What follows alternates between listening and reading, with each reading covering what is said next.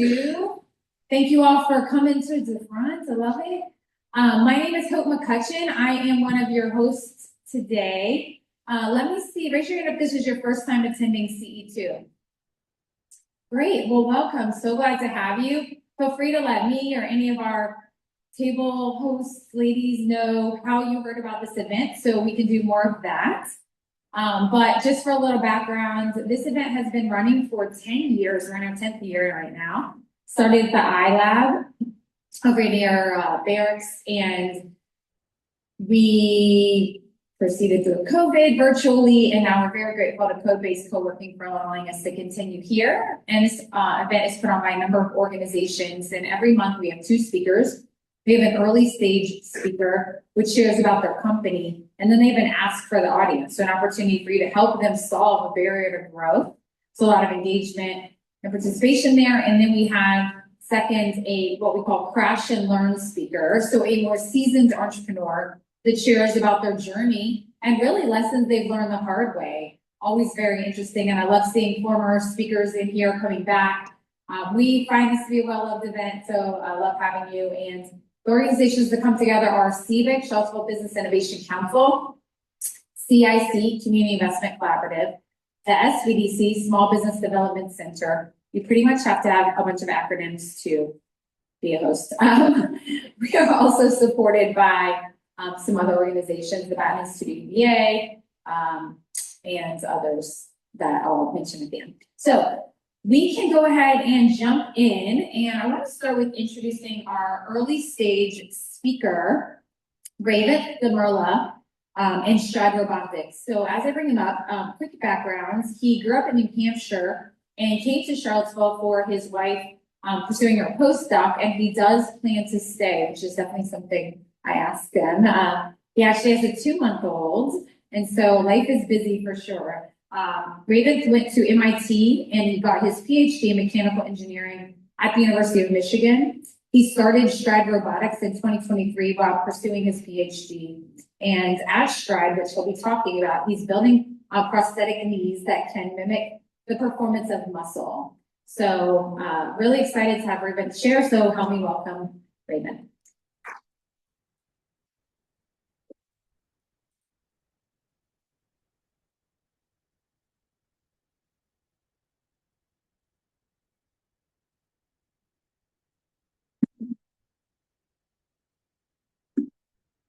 All right, thank you, everyone. Thank you, Hope, for the very kind introduction.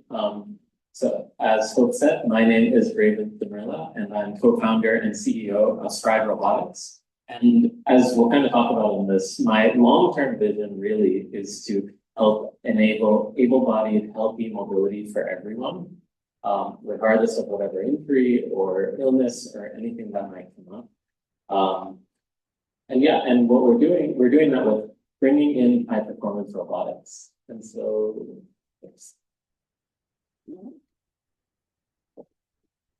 okay, so before I really get into things though, I have a 2-part question for you in the audience.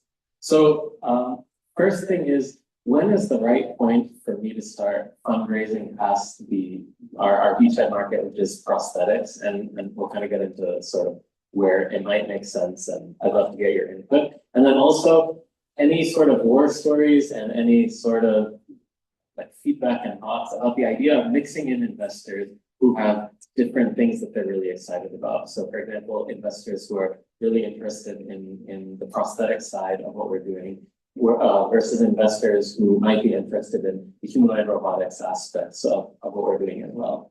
And just to give a little bit of background, this is basically the idea behind the company in our beachhead market, which is a motorized prosthetic knee. And what makes this knee special is that it weighs less than the limb it's replacing and less than half the weight of competing devices, but it's mimicking human knee strength, speed, and dexterity. So you can essentially do any activity from walking all the way up to sprinting, although most people will more practically do things like walking and climbing stairs and sitting and standing and so on. And the other key aspect is this is a class 1 medical device that's exempt from 510K and most GMP requirements. And so that means you can get to market very quickly and with relatively low regulatory burden. And just to give you an idea of our stage, During my PhD, we built a proof of concept device that able-bodied individuals can walk on. And very recently, we actually fitted our first device to an amputee and got his feedback. And he was very excited with the device and thought it had a lot of benefits over anything that he'd ever tried before. And that's been kind of a big starting point for us being able to fundraise. And so what we're looking to do is close our pre-seed round in July of this year. And the real milestone that we get to with that is that we can do multiple rounds of amputee take-home testing. So they get to run the device through every activity they can possibly think of, beat it up, hit it against objects, just like able-bodied people run into everything, and find out what's wrong with it and whether it's waterproof and all of those good things.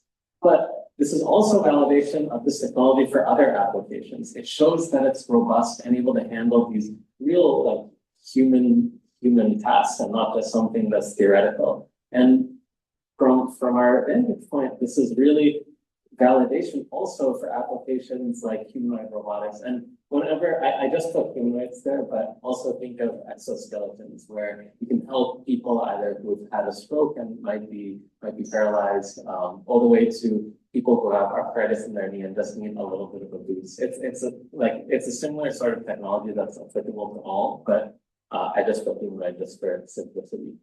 We don't really know what the next market is past prosthetics yet. And so what we're looking to do is use the validation that we get from this take-home testing and the progress that we make towards an MVP and getting very close to a product to then close a seed round. And this is really a point where we get into the question that I'm asking is, basically, should I just be focused on prosthetics for the seed round, or does it make sense to include one of these other applications as we do more discovery and figure out what that second and maybe third future application should be? When am I diverging too much? And what, basically what is there value in trying to divert into these multiple paths at this kind of stage? And basically that kind of thought process and thinking. And then we're looking to launch the knee in October of next year, so roughly 18 months. And what this does is it marks a significant milestone in collecting data on people actually walking in the real world. It's instead of just like 10 or 20 amputees, now we're talking about hopefully hundreds. And this kind of data set is something that just doesn't exist in the real world. There's a lot of simulation stuff you can do and maybe people in the lab in certain small activities, but there's none of this large scale data where you basically have both the biological leg measurements and the prosthetic leg measurements. And so this is also a really clear stepping point where we now have the data and the validated hardware, and maybe that's where we branch out. And yeah, that's a possible spot. And then we're looking to very quickly launch a prosthetic ankle after that, because it turns out the same artificial muscle, the same basically motor technology can be packaged exactly the same, like the same parts and everything into an ankle format. And so it lets us get to market very quickly for the ankle as well, and hopefully provide above the knee amputees with a motorized knee and ankle, and then also below the knee amputees with a motorized ankle. And then because of the economics and the fact that these are covered by most insurance providers, we can very quickly get to profit and then reach the sort of trigger points for where companies in this space look to acquire. And unfortunately, in prosthetics, most companies are very risk averse, so it's not very likely that we can get a strategic investor on board until we actually have the revenue to back up what we're doing. And that's where somewhere around that point, it becomes very obvious that we could potentially just exit just prosthetics and then have the chance to work into exoskeletons and humanoid robots. But yeah, like along this path, there's a whole bunch of jumping points, and that's basically what I just wanted to get everyone's feedback on today, is just where it makes sense, and if you've ever done this, and yeah, just general advice like that. And really, that's everything. I have a ton of backup slides and can go into more detail, but I kind of just wanted to open things up. Yeah. Thank you very much. Let's give them up the can. And can you, yeah, I was gonna have you repeat this question. So, your primary question, when is the right time to begin fundraising past your beachhead market of prosthetics? And is it possible to combine investors interested in medical devices with investors interested in humanoid robotics in a single round? So we want some advice on that fundraising aspect of this business. And somebody back, who is about to, or is there somebody back here that's about to say something and I cut them off? Was there somebody? Oh, was up here? Oh, sorry. Back here. This is a fascinating topic. It seems extremely technically difficult. And I'm curious in terms of trying to understand what investors are going to be interested in you. Like, what is your real IP briefly? Just like what sets you apart from all the other companies that are fighting and all the other companies that are hugely well funded already. Yeah, so the core technology that we have is, I'm calling it an artificial muscle technology, but just imagine a motor-based solution that is less than half the weight of anything that's on the market and also significantly more efficient.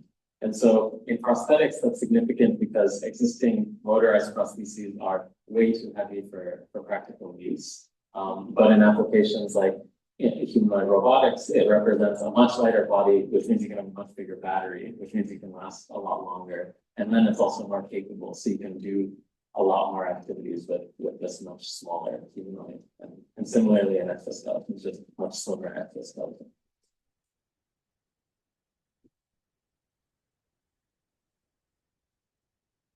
All right, who has some feedback, first questions, perspective? David, Drew? I could be pretty loud. I just had a question about data. You mentioned data. Is there, what sort of data are you collecting? How's that transmitted? So privacy elements there. I'm just curious about what that opportunity is. Yeah, so definitely we have to be HIPAA compliant, but you can very easily de-identify the data to a point where we need those kind of standards. And there's two sides to it. So on the clinical side, the clinician who works with a specific amputee can know things like how much weight do they naturally put on their prosthesis? Because if they're a unilateral amputee, a lot of them put less than 10% of their body weight when they're standing on their prosthesis and 90% on their intact leg. So you can get these sort of deep analytics on, are you walking better and how much improvement are you doing? And is there a sudden drop off in mobility or something like that? So that's on the clinic side. But then on the like long-term and the AI controller kind of side of things, we know for every single step what sort of joint torques and speeds you choose to use at any given, during any given activity at any given moment. And so very quickly with the group of amputees who's using our device, we can de-identify the data, but then say, hey, during this activity, they were using these torques. And when they were about to fall or they had a sudden weight shift, they balanced in this way. So there's all these like fine-grained elements that are inside that data that you just can't get from either being in the lab where it's just like walking on a treadmill or this very standard staircase or something like that.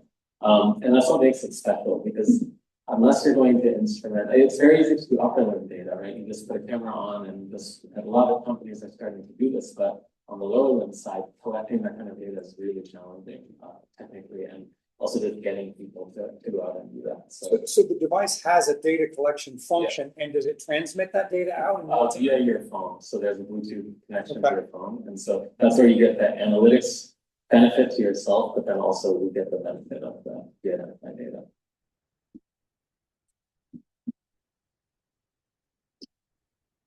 So I'm just curious, are you planning on using that data externally at all, or is it just for your own internal purposes? So we haven't done the discovery to understand the value to anybody else. So one thing we're definitely going to use it for is to build our own. So basically the second generation of controller in our prosthetic knee and ankle would use all of this data. But what we haven't figured out is whether the human companies really want this kind of data or the exoskeleton companies really want this kind of data. And so if there's any value in licensing it or selling it or something like that with consent, obviously, and be identified, like I said, but that's a business opportunity we haven't gotten to look into and explore.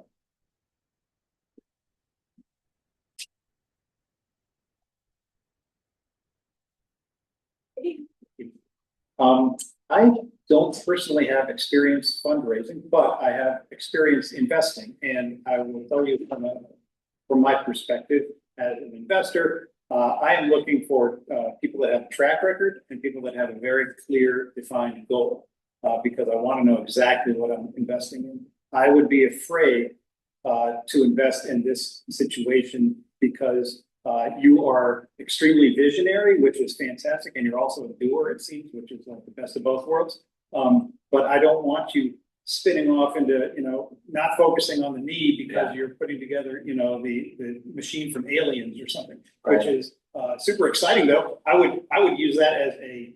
I'm not telling you what to do. What would appeal to me is a pitch deck around the knee thing and about how the benefits and how much better it is than the existing market, your track record of successes, and then the little hook at the very end, maybe even like 3-point font at the bottom of, by the way, this can be much bigger than just this. But that's not what we're focusing on. Yeah. Okay. That's good feedback. That's good feedback. Any other kind of investor perspective or fundraising advice? Hey there, I can help on a little bit of the fundraising perspective. So I lead a growth stage biotech company. Those are A round 2 years ago, about to close our B round. And I was drawing some similarities, different industry, different application, just that we have both a B2B component and a B2C component. Okay. And I was looking at your second question here of how do you mix some of these investors, because oftentimes they're coming in it with one focal point or another. And so it can be difficult. And I found that to answer your second question first, in the Series A, it's a more opportune time to get different types of investors in. Some at that stage are more less focused on a particular industry, maybe willing to go along for a different ride. But as you get to the B rounds, you really are going to need to pick a lane, if you will, and particularly as those investors want board seats as well. Yeah, it's going to be harder to mix the different styles. So for B2B and B2C, it's been a little bit harder. I do think that in these earlier stages, it may help to start bringing in some of the strategics who have, special purpose vehicles that they can invest in early on. Yeah. So starting those conversations earlier on in the seed round, thinking ahead to the growth stage would be helpful. But I would also suggest, because VCs can oftentimes be very stringent in their approach, you may want to start looking at some family offices early on as well that are a little bit more broad in their approach. So that I would suggest for number 2, you can start mixing at this stage, knowing if you go down the traditional VC path, by the time you get to growth stage, you're going to have to be a little bit more focused, right? And then just on question number 1, we too, have a platform approach. So we want to be selling the first product off the line and demonstrating that we have focus to bring that to market and to scale. We've found that sometimes you get dinged for only being, for some VCs want to see that focus, but others want to say like, hey, I want to make sure you're not a one-trick pony. So the investor's suggestion that was outlined earlier, I think is a good one to demonstrate that focus, primarily 80% of your pitch deck, and then share a little bit of where this could go so that you can have that balance of focus now, building the team around delivery, but this can be a much bigger opportunity down there. That's helpful. Thank you. Awesome. Thank you. Great perspective. Anybody else? One more back.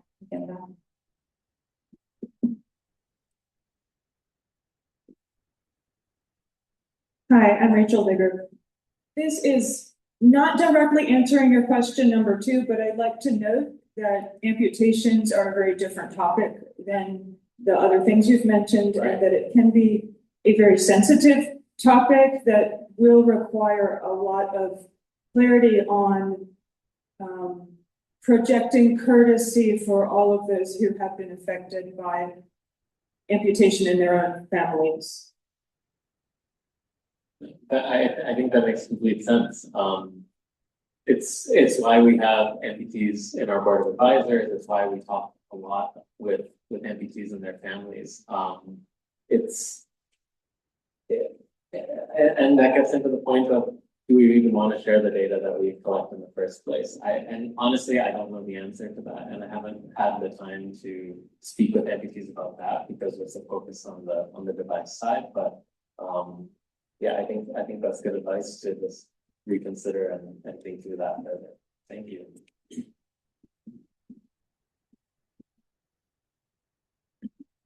In terms of the data, in my experience, if you focus on how that data can help you make a better product, that's the place to start. Yeah. And as an investor, if somebody's coming in talking about how they can potentially monetize that data, to me, that's lack of confidence in the product itself. And hey, and we're collecting data, making money. And I've heard that pitch. Yeah. And rarely can I see anybody want it. Right. So I appreciate that. I think the whole of big data and we have the answer is very alarming. So I think that helps. Thank you. Thanks. So I guess the way I look at it from a non-investor perspective also is that the medical part of it is the story of humanoid robotics. So whatever that means, that can mean a lot of things because we use our knees for everything. But yeah, I think that it's valuable to have a story that you're able to use and expand upon a little bit at times, but use the story of medicine before moving on to, because we know that, I mean, even the layperson can kind of understand, I think, that if we're able to replace not just knees, but other parts of the body, that's a very different looking world, in the world of prostheses and stuff like that, with humanoid robotics like that. So, yeah, it's good to tell a story because people want to hear a story. But I'm actually also more interested in hearing a little more about, not necessarily right now, but like in your pitch of the technical part. Is this a thing that looks like a muscle? Is it what is the use? Is it an electrical motor or it's a motor-based technology. So it looks nothing. It's nothing biological. It looks nothing like a muscle, but it basically makes the motor outputs behave like muscle. So like a similar force and speed and so on. So it's using similar motors to what other, does it have shared components to what other technology? Exactly. So it starts with the same motor that everyone can buy off the shelf, but then between the motor and the joint output is where all of our IP lies. It's how we repackage the power output of that same motor into all of these different regimes that it's really what makes muscle perform a lot better than existing motors. And so we kind of repackage it to really mimic the entire range of forces and speeds that muscle can accomplish. Awesome. Thank you so much, Revanth. And there's his contact information. I'll leave that up for just a second. If you'd like to speak further, and appreciate you.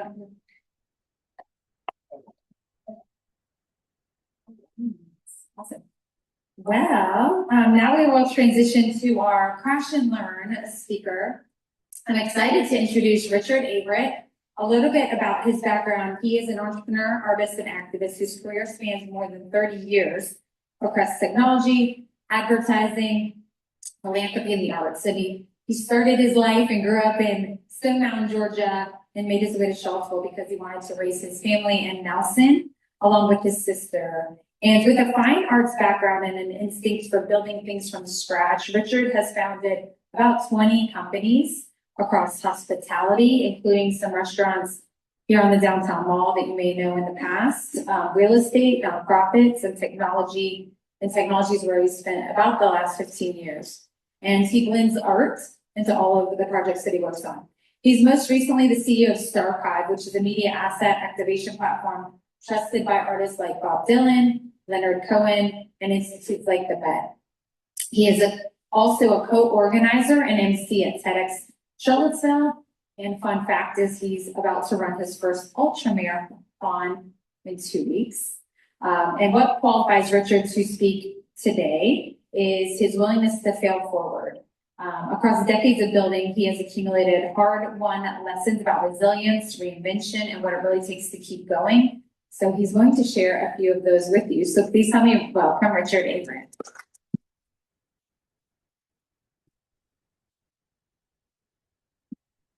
I have to get hope to do all my intros.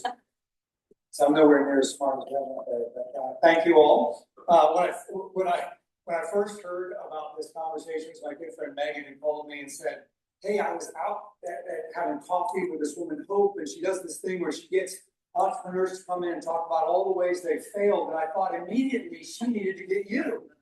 I'm like, am I supposed to be flattered? But it's probably fair though. I've had plenty of failures.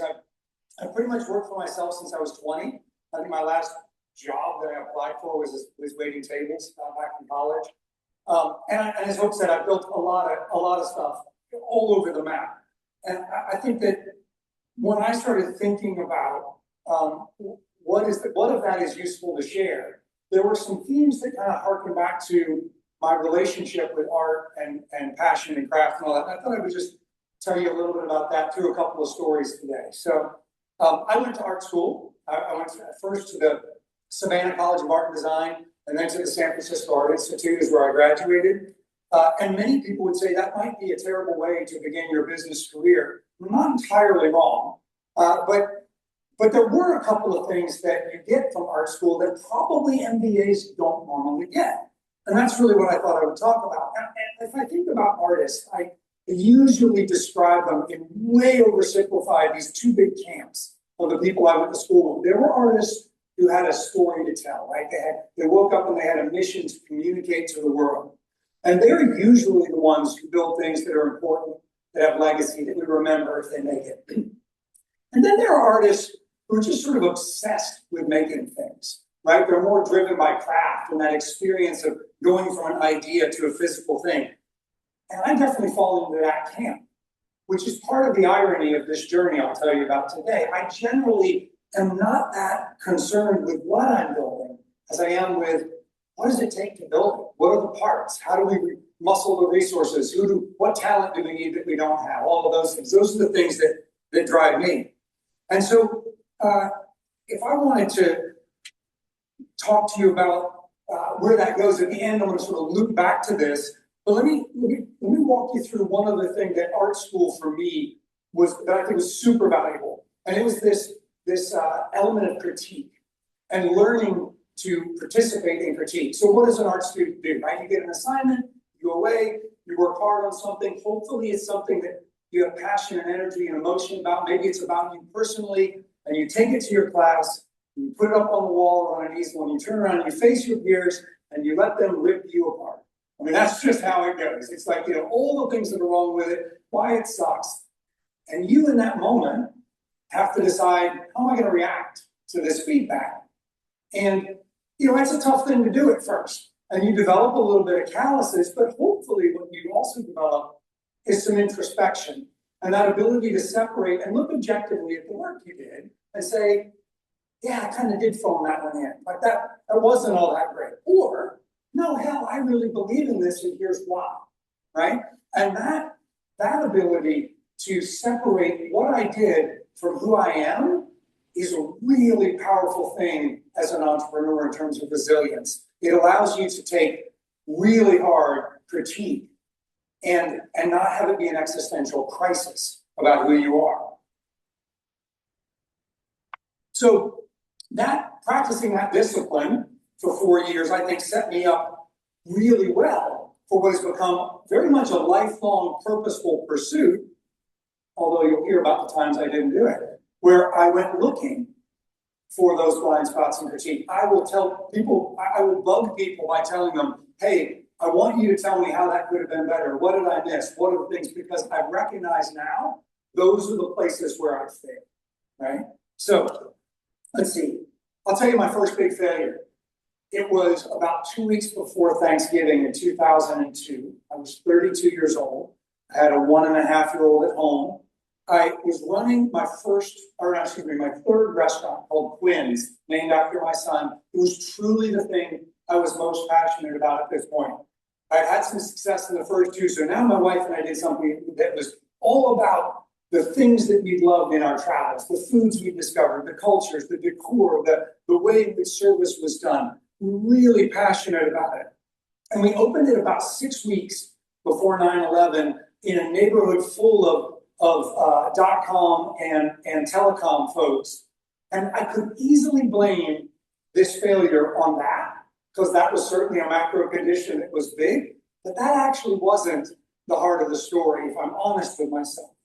And the real story is that this was a really exciting, thriving, energetic restaurant when I was there. But when I was not there, it was average. And it was because I had built, it's not so much about me as a person. I'm not saying that like I'm the reason it was so great, but I had structurally built a thing that was very much dependent on me and the stories that I told and the experience that I had and the ability to communicate that to the guests in a way that made them feel like they were along for that journey. And I couldn't figure out how to train that into another manager and the team without me there. And so, it was a fundamental design flaw if I really look back at it. So in January of 2002, I found myself pretty frustrated and depressed and stressed out. I was losing about $5,000 a week in the restaurant. I had some other business that kept me afloat, but it was painful, and I didn't know how to get out of it. And I went and visited one of my dear friends who's a great skeptic and critic and a lawyer, which probably goes well together. And his name was Jeff, and we sat down, and I told him about what was going on. He says, okay, so I get it. So what are you going to do? And I went on to this whole narrative. I'm like, okay, well, I've got this scuba trip coming up next week, and then it's Valentine's Day, and we're fully booked for Valentine's, and I don't want to let all those people down. So I think what I'm going to do is get through Valentine's, and then I'll probably shut it down. And he just sat there and looked at me for a minute, and he goes, really? That's your plan? He's like, I'll make you a deal. Why don't you give me $10,000 today? I'll go shut the restaurant down. You can go away on your scuba trip with no worries, and I'll save you $10,000. He's like, what the hell are you thinking? Right? And I realized in that moment, like, he was right. Like, I was this odd combination of blind and unwilling to accept the obvious facts on the ground, right? The data that was right in front of me. And I was making this totally irrational decision and convincing myself it was the noble thing to do. And what I needed was somebody like Jeff to hold the mirror up and say, what the hell are you thinking? Right? That critic, that to give you someone to be that blind spot identifier for you so you could look inside and wrestle with what's really true in this situation. To me, that was the big gift. And I don't think you should take that for granted. To me, that is a theme that I think will carry you a long way. If you cultivate a group of advisors or friends or other people in your ecosystem who can be that for you. So that leads me to one other lesson. This story leads me to one other lesson that I think is interesting and really that I was very guilty of early in my career. I would say that generally, if I got excited by an idea, if it was intellectually stimulating, and I thought I could pull together the things to do it, I just did. And I didn't spend a lot of time thinking about the why and the then why, right? And if you really look at Quinn's, other than the fact that I was kind of having these blind spots, the other thing that I had done is built a thing that was dependent on me over the long haul. I sort of built this gorgeous obligation for a lifetime with no real exits. I mean, you can't really exit little bitty independent restaurants in any way that makes sense, right? That doesn't really happen, except in very rare circumstances you become a famous chef, which I was never going to be. So the then what was a really important part of that consideration that I should have gone through. And thinking past, like, how can I build it and how do I build it, but also to how will it sustain itself? What is the story it will tell over time? How will I leave it beyond me to other people? To me, that is this part of craft. It's the discipline and the rigor to sit down with that passionate idea and really work it through. And I think it's super, super important for people to do, particularly early in your entrepreneurial career. All right, so my next failure, well, maybe not my next one, but the next one I'm going to tell you about, was in 2010. And in 2010, my son was in elementary school. It was about 2 weeks before Thanksgiving. There were about 14 schools all over the United States, from the East Coast to the West Coast, thousands of kids walking around their neighborhoods and going to family get-togethers with grandma and to their church, carrying a little fundraising catalog that we had made. And what was different about it, what got me excited about it, was that in this catalog for their school fundraiser, all the products made some sort of a difference in the world. They were environmentally sustainable products or constant. They were products for women's substance abuse recovery program, or necklaces made by women with AIDS in Africa, that kind of thing. The idea was, how do we fix this otherwise broken system? Because I could not stand the fundraisers that my kids were bringing home. So we called our company a part of something big. And the idea was we were going to move this ecosystem or this industry in this new way. Because I didn't want to buy plastic junk where the school got 50% of the money I spent, and the kids guilted the parents into participating by saying, if I don't sell a certain amount, I can't go to the fundraiser and the lunch, and I don't get the special trinkets. It's just a completely manipulative, broken ecosystem in my mind. We got a lot of press. It was doing good. We got picked up by Good Morning America and stuff. People loved it. Every PTA meeting we went to, people seemed thrilled with the idea. And we were super excited. It would take us about 2 years to get to this point, and we knew we were going to do at least $1 million in sales and prove that the model could work. And then 2 weeks before Thanksgiving, I got a phone call from the person who led the Enterprising Kitchen in Chicago. It was actually a women's substance abuse recovery program. They made these fabulous shampoos and soaps and that kind of stuff. They probably represented 20 to 25% of our catalog, which is pretty heavy. More than that, they probably represented 35 to 40% of our sales because they were practical products you could use. They were consumables. And he called me and said, I'm afraid we've lost our major funder, who's like 80% of our budget for the last 20-something years. We're shutting the doors and we won't be able to deliver any product to you. And I was like, oh crap. There are thousands of kids walking around the streets of this country, showing people catalogs, convincing people to buy products. I have no ability to now deliver. We're going to let down the kids. We're going to let down the customers. The schools aren't going to raise the money they need for legitimate things like, school field trips and other stuff. I mean, it's a catastrophe. And I knew we had completely blown it. And you see, when I started building the company, my original idea was e-commerce was coming along, and we were going to be able to use kind of brochures and things to drive people to use an e-commerce site to buy things. And that was our main protection against this kind of supply risk, because we could shut it off. But PTA after PTA told me, community's not really ready for this yet. Remember, this is 2010. So we need catalogs probably. We probably need to supplement the e-commerce sales with the catalog sales. And I knew this was a mistake, but I didn't listen to it. I went along with it because I wanted it to work so bad, right?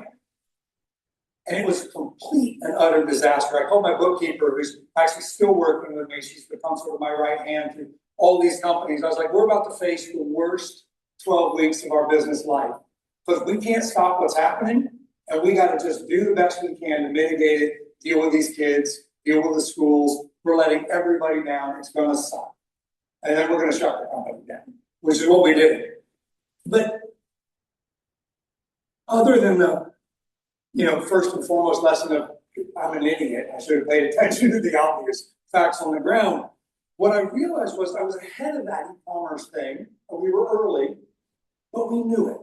All the data was there, right? All the data was there, and we refused to pay attention to it. And that's what I mean about these blind spots. It's like you've really got to be actively cultivating, looking for, and applying that rigor and discipline to unearth and pay attention to the things that you aren't able to see for whatever reason. You're sort of blinded by the passion.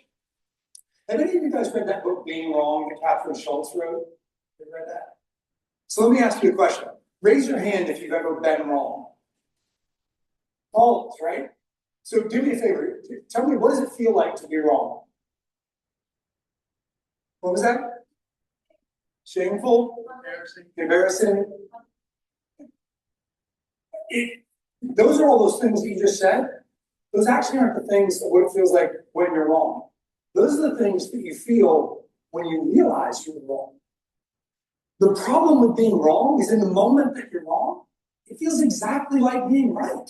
Like you are all in, you are committed. People say, trust your gut instinct. Your gut instinct is lying to you in this moment, right? My gut instinct told me we worked through those supply chain problems, but the facts were clear. That was not true. So to me, that whole thing is part of this idea of this balance, this tension between art and craft, right? The art is the side of passion, but when the passion overdoes it, and you don't apply the craft and the rigor and the discipline to it, you get stuck. And so, I told you about that, there's these two kinds of artists. I think in many ways, it applies to so many aspects of our life. And the artists that we end up knowing and admire are the ones who can hold that tension in their hands, who can do both. They can have the passion and they can figure out, how do I deliver that story in a way that the message gets through to the viewer or the receiver of it?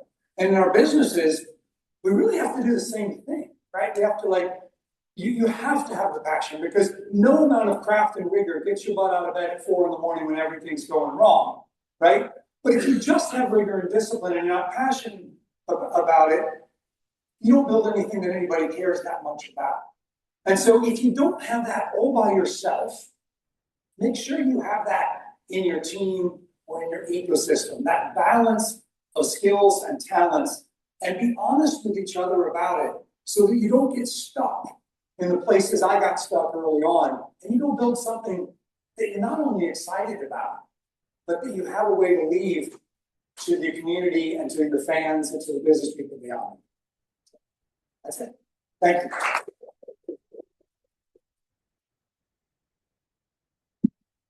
Thank you so much, Richard.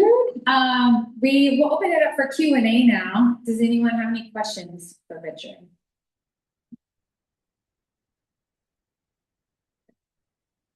Thanks, Richard. That was very relatable and fun to listen to. You mentioned you saw the online brochure buying stuff and having it delivered to you kind of around the corner. I'm wondering is there anything right now that you see around the corner that maybe we're not seeing? That's a great question.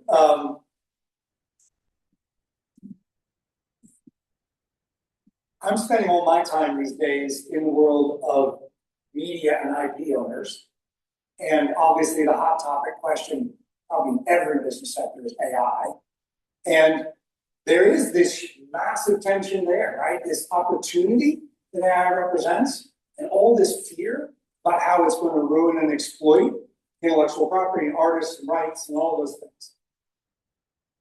And I'm probably too much of an optimist by nature. Having come to art school, I remember learning about how when cameras were invented, painters said, well, that's the death of painting, because we have cameras now and we won't need to paint paintings to record historical events anymore. But what it really was the freeing of painting to become a different thing, right? This opportunity for just pure expression. I tend to lean in that camp. I tend to think we're going to go through some really messy, not great stuff, but we're going to find our way to a place where where IP owners and artists are gonna be able to leverage AI and tools, technology to support and elevate craft in ways that are exciting. I don't know 100% for sure that I'm right, but I think that we're sort of right at the apex of that, and we're living in that tension today. I think I historically, and it's probably part of being an entrepreneur, we probably all of us tend to be really forward-looking and thinking early on and and I probably started too many things too early. I once had 2 yachts in Charleston that we called birth and breakfasts. They were like Airbnb before Airbnb existed. Also a terrible idea.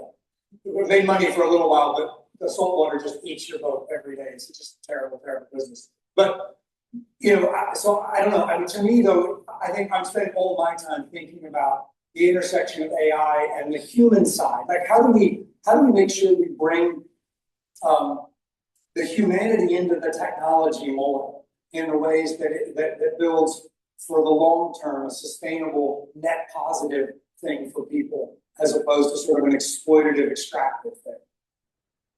I don't know if that was not much of an answer. I was going to ask, you've done a lot of different things, restaurants and foundations, and you talked about the separation between yourself from the idea.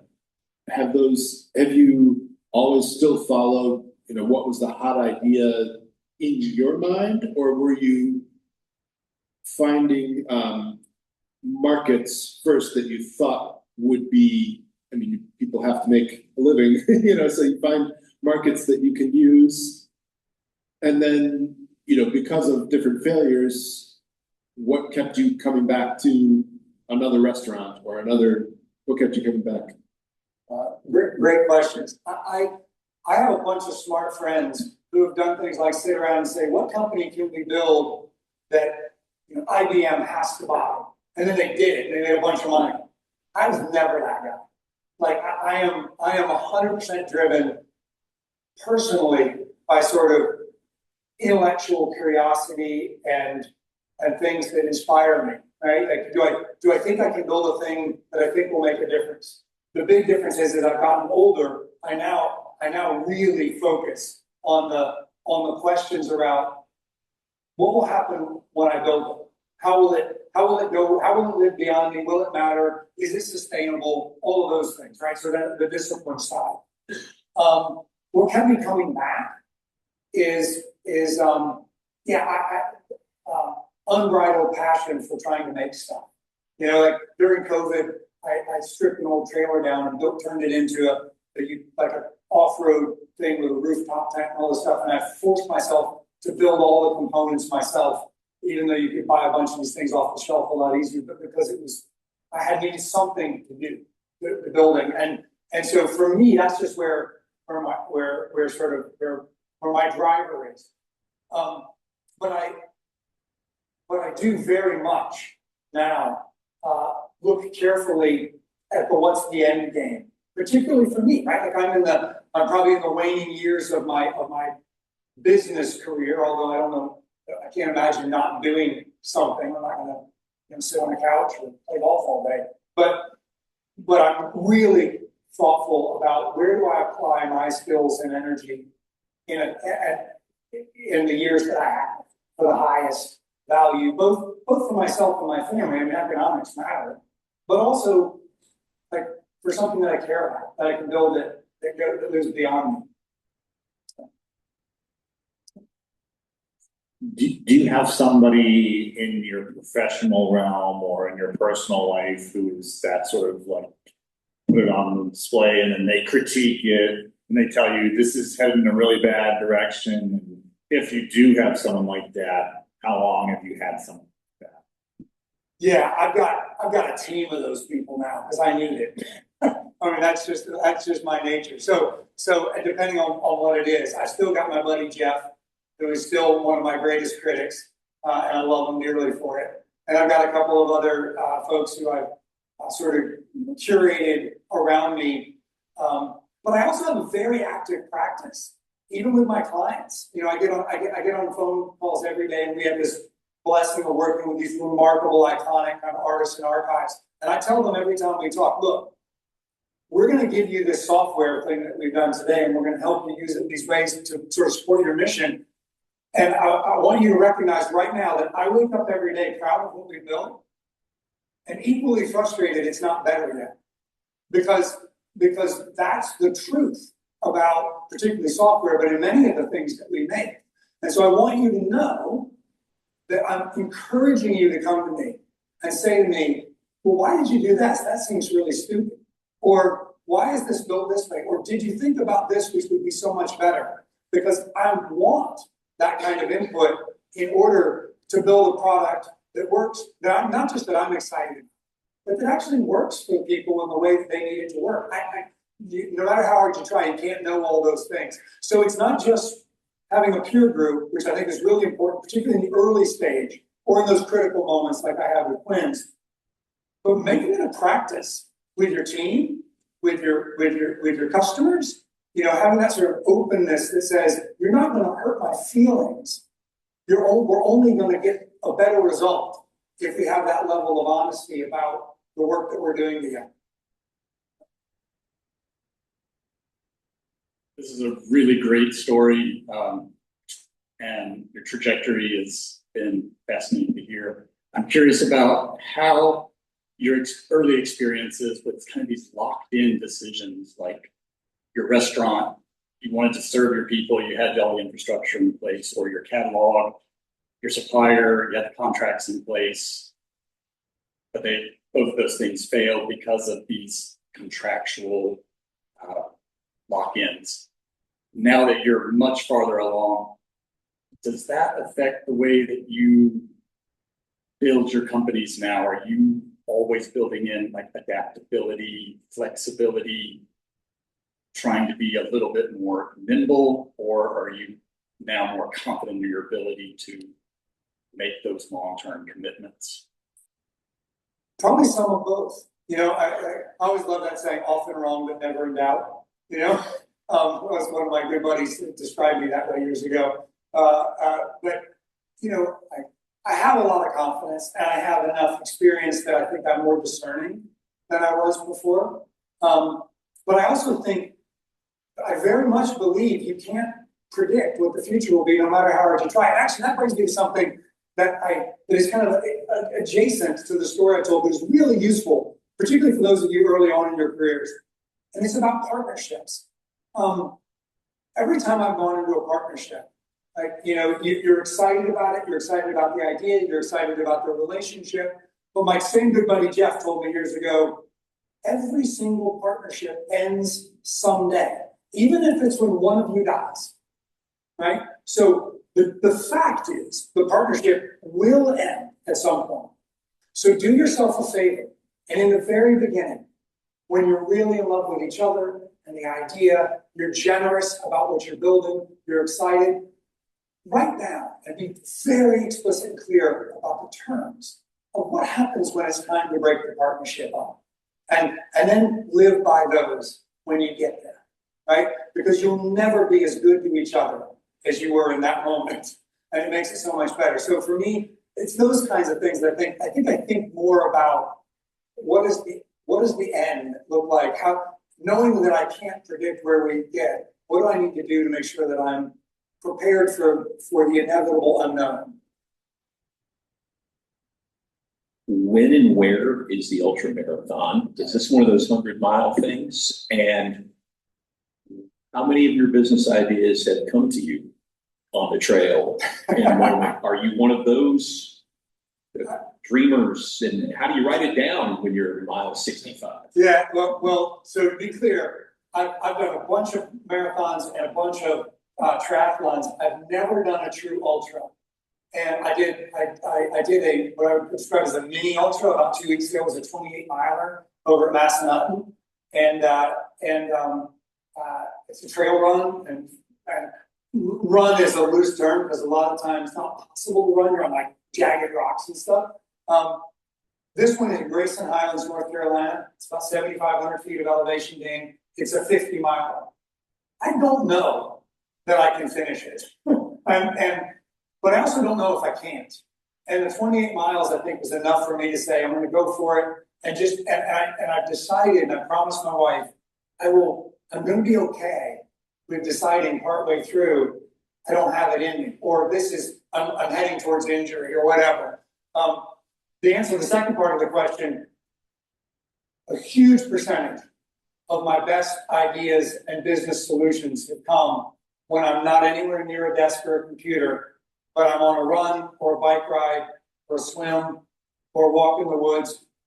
If I didn't have that, that would be a complete stress ball. Like that is the way that I get out the energy, but it's also the way I just quiet my mind and let it go. And fortunately, because I usually run with my phone as part of my tracker, speaking to all the little technology things we have, it has a great voice memo. And I have a whole bunch of voice memos, my voice memo, where I'm just like, I can barely breathe. And I'm telling some story about, oh, here's the idea. Here's how we're gonna solve a problem. And then I have to go back and re-record them later because otherwise it's like, I can't send that to anybody. You know, but it works great. I'm taking my back. Did you figure that out early in your career that you needed time, out in the community or the environment or whatever, figure that, or is that something you kind of also learned the hard way along the way? I think it just was part of me innately. I think I've always been that way. I was just, I'm more of a doer than just a thinker. I didn't take typing in high school because when I was in high school, if you took typing, it's because I didn't think I was going to work a desk job, but now all we do is type, right? I wish like hell I had that. I'm the worst. I'm like a super fast 3-fingered typist, but I always needed the physical side to escape. I started running when I was probably 15, and I've never been fast. I mean, I've never really been competitive at any serious level. But I do it for both for physical fitness, but maybe way more for mental fitness. It's my way of processing. Thank you so much. Super inspiring stories. I would love your perspective on maybe people are getting started later in life, not at 20 years old, who have 9-to-5s and are trying to build things outside of those hours and are thinking through how much of this is a safety net that I'm holding on to and how much of it is an anchor, and what perspective would you give to people who are deep in a corporate career as well?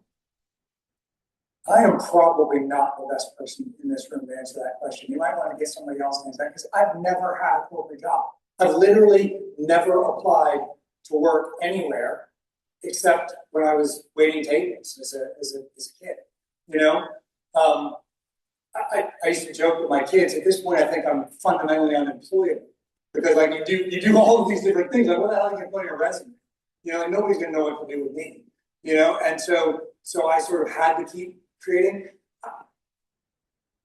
I don't by any means ever want to minimize the challenge of starting entrepreneurship, middle of career. Maybe you have a family, maybe you've got kids, maybe you've got all these other dependencies. Those are real.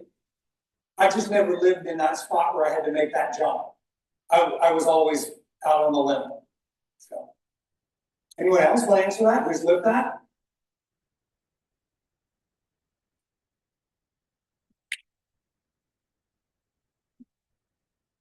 First, Richard, Meg asked me to come today to listen to you, so thanks. She says hello. And Kate, to your questions. So economics are important and balance is important. And so I do think, depending on the demands of that corporate world, there is a way to balance. It is hard, but it also gives you some freedom to take a little bit more risk in the private venture that you're considering. But economics are important, balance are important, family is important, friends are important, and all of that. But when you take that leap, there's some balance in there that you kind of have to figure out. But agreed, you could spend so much time on that full-time 9-to-5 that you aren't fully invested in the idea and the small business opportunity, but you can also go the other direction. And so it's possible to do both. I'm living testimony to that. So.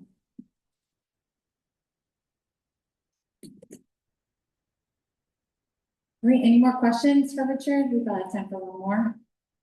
Anybody? Okay. Thank you so much.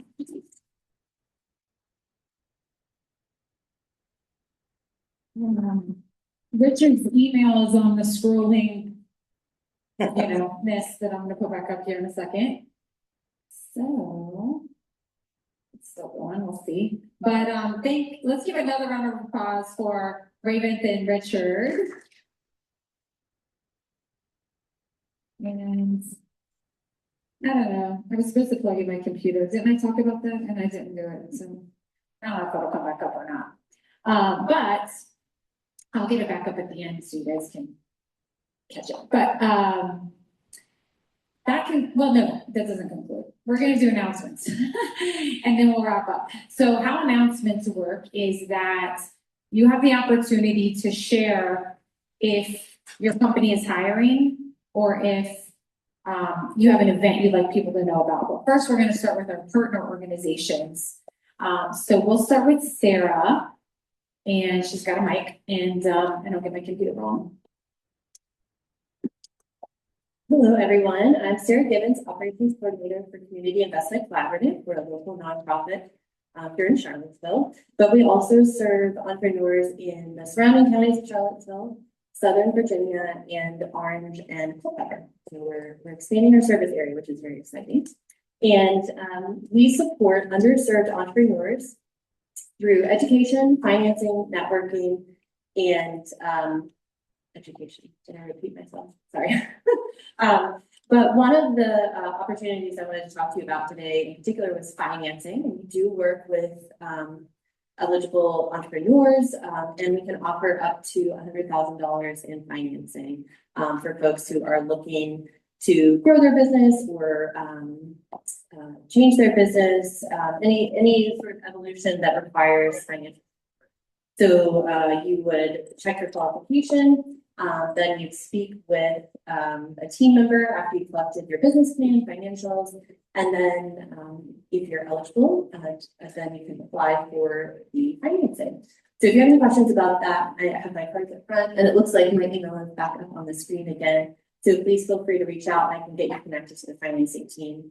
We also have another great opportunity that is called Small Business Circles, and this is a small group setting for entrepreneurs to come together, and it's confidential space where entrepreneurs can meet monthly, set goals, problem solve, and support each other as their businesses grow.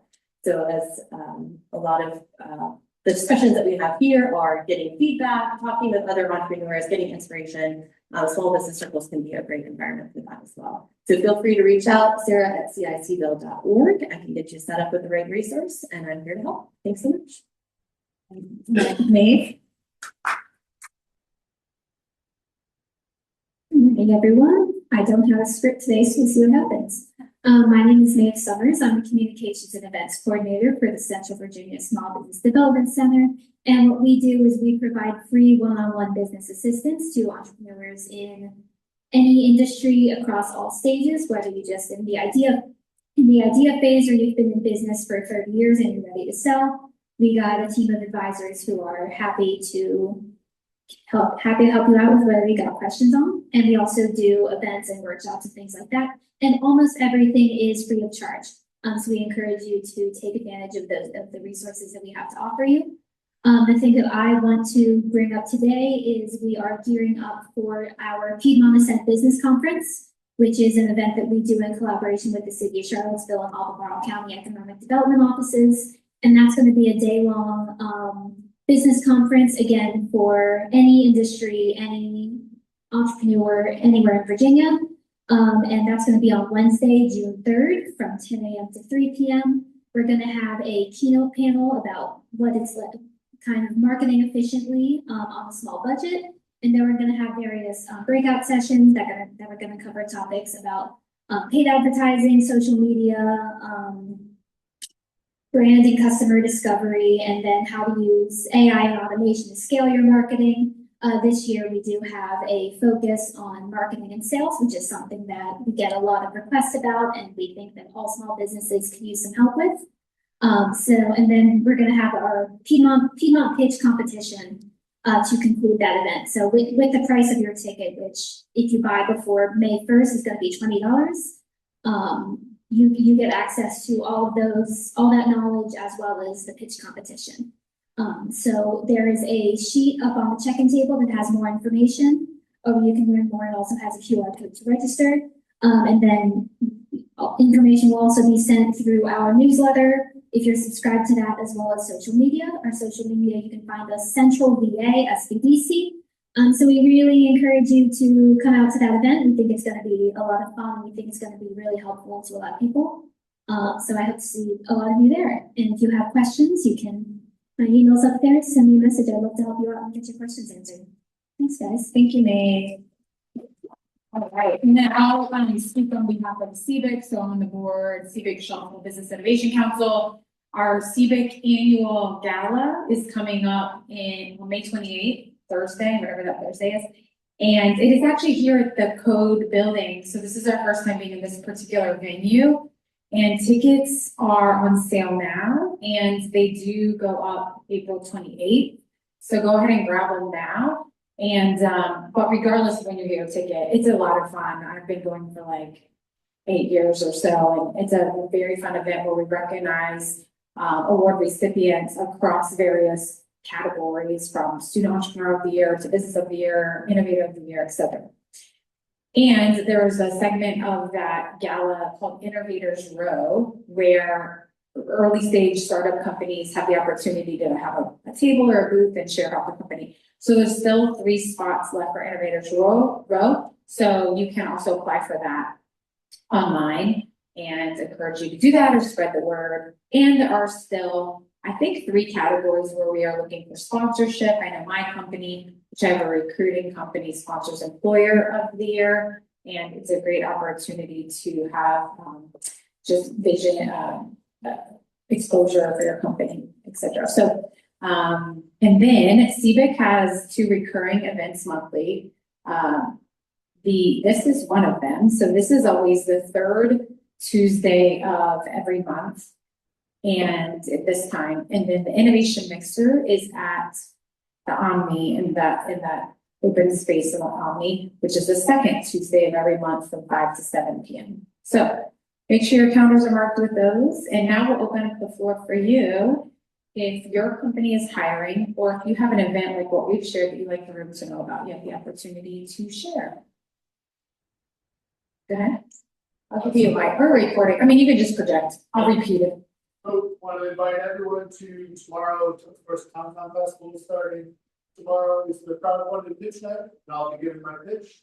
But I'm sure there are other people connected and support as well. There are a lot of great businesses and business ideas. Yeah. So lots of great events happening for the Tom Festival for the rest of this week through Saturday or Sunday even, I think. Go ahead. Bill.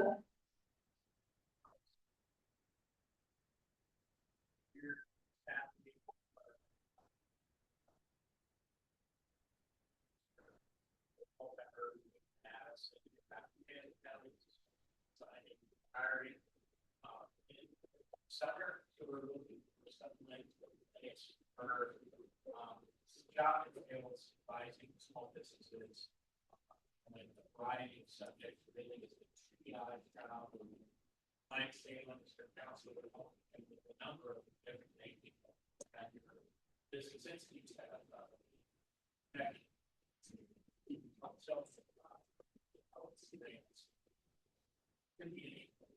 and also referring to great number of consultants, advisors, part of the business as well. So ideally, this would be someone who lives in the local area and the job is starting in that. Okay, so spread the word. The SBDC is looking for an advisor for some of the northern counties that we support, including cultivar ownership, etc. Thank you. Go ahead. So, Jim Fauci with Canada Estimating, we are hosting a architect contractor network event in May of 13. We're going to be at the Virginia downtown, and straight up architect contractor, a working relationship. So if you're interested, I'll be here for a few minutes afterwards. Amazing. Okay, so he'll be in the back to chat a little bit more architecture and contractor networking events. Amazing. Thank you. Go ahead, Nikki.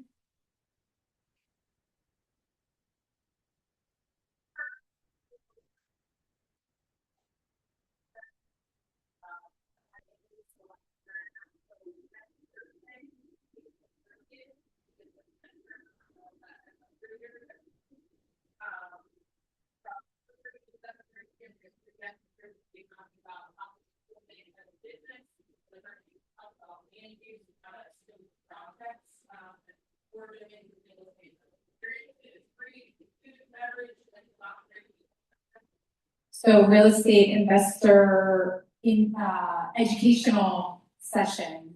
Amazing. Thank you, Nicole. Anybody else?